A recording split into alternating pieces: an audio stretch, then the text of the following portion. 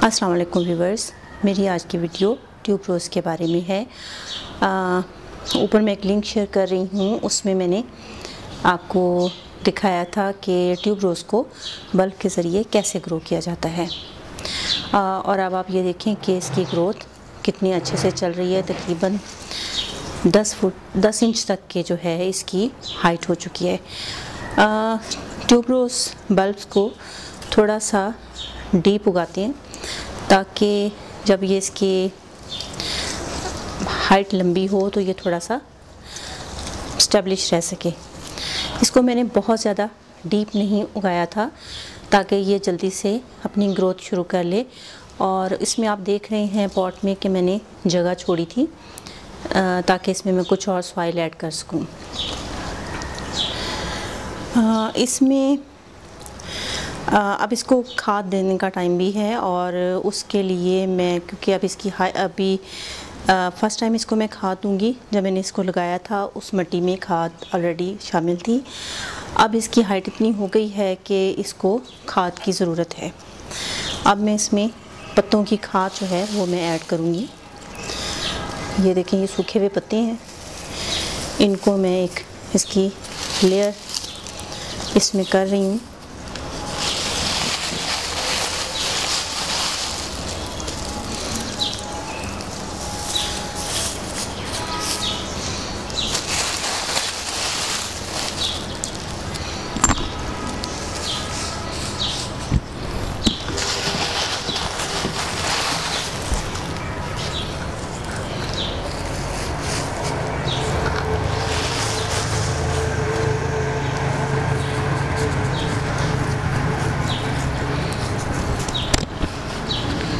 अब इसमें मैं थोड़ी सी जो है सॉइल भी ऐड करूँगी और वो वेल ड्रेन सॉइल है जिसमें रेत मिक्स है।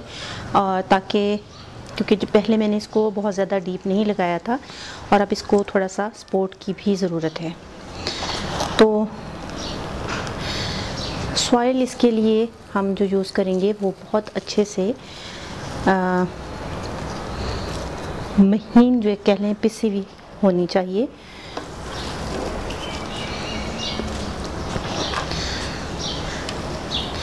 पत्थर उसमें नहीं होने चाहिए ताकि इसको ग्रोथ करने के लिए अच्छे से इसकी जगह मिल सके।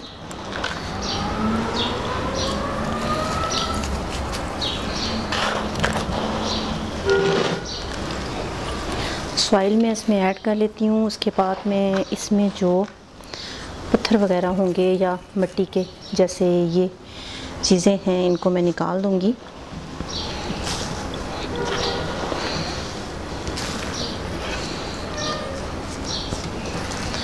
कोकोपीट जो है वो ऑलरेडी जब मैंने ये लगाया था उसमें मिट्टी ऐड थी, जिसकी वजह से इसमें मॉइस्चर को कायम रहने में हेल्प मिलती है।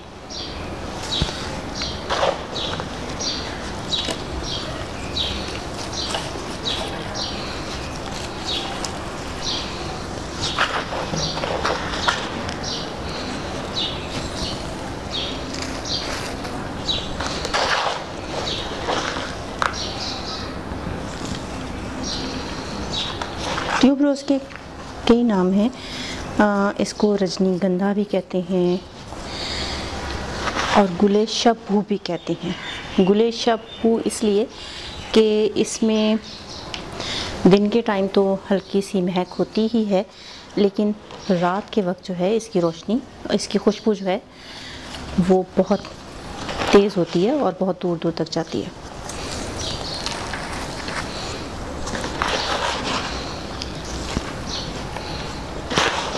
मिट्टी में इसमें ज़्यादा सारी ऐड कर रही हूँ क्योंकि दोबारा इसमें मैं जो खाद दूँगी वो लिक्विड फर्टिलाइज़र दूँगी और इसमें पत्तों की खाद और गोबर की खाद जो है वो शामिल नहीं करूँगी।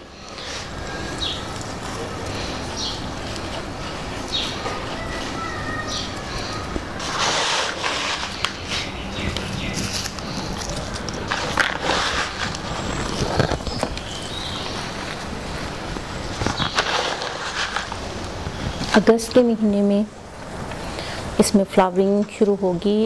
ये बल्ब मैंने फ़र्स्ट टाइम ग्रो किए हैं और मैं उम्मीद करती हूँ कि जितनी अच्छी इनकी ग्रोथ चल रही है ये फ्लावरिंग भी उतने ही अच्छे से करेंगे।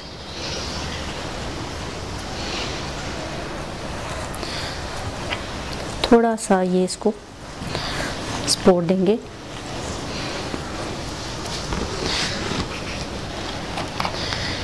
इसमें मैंने पानी में हल होने वाली जो खाद है वो मैं इसमें डालूँगी और कोशिश करूँगी कि इसको बिल्कुल किनारों पे दूँ ताकि खाद नीचे जाए, डायरेक्ट जो है बल्ब को कोई नुकसान ना पहुँचाए।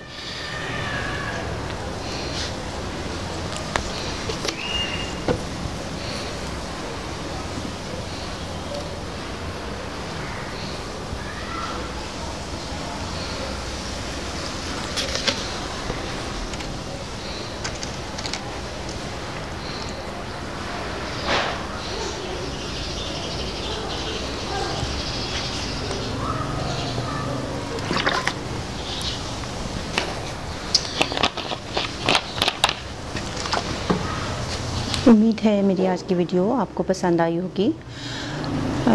आइंदा किसी और वीडियो के साथ आपसे फिर मुलाकात होगी। तब तक के लिए अल्लाह हाफ़िज़।